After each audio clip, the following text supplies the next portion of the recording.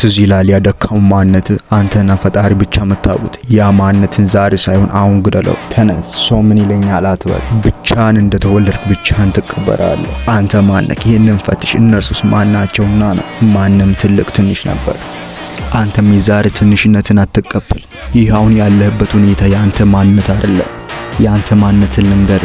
ያንተ ማንነት ያ የለም መንግስት ካንተ የሚበደረው እርሱ ነው ያንተ ማንነት። ቀልድ አይደለም ያዝኩት። ያ አንተ የምታደንቀው ሀብታም ማን አባት ስለሆነ ነው። አንተስ ማን አባት ስለሆንክ ነው ሀገር ማታንበረክከው? ተነስ። ሰው ምን ይለኛል አትበል። እንድትሆን እንፈልጉልን ሳይሆን መሆን ያለብን ሆን። እነርሱን የማስደሰት ኃላፊነት አልተሰጠም። ነገር ግን አንተና ብቻን የማስደሰት ኃላፊነት አለብህ።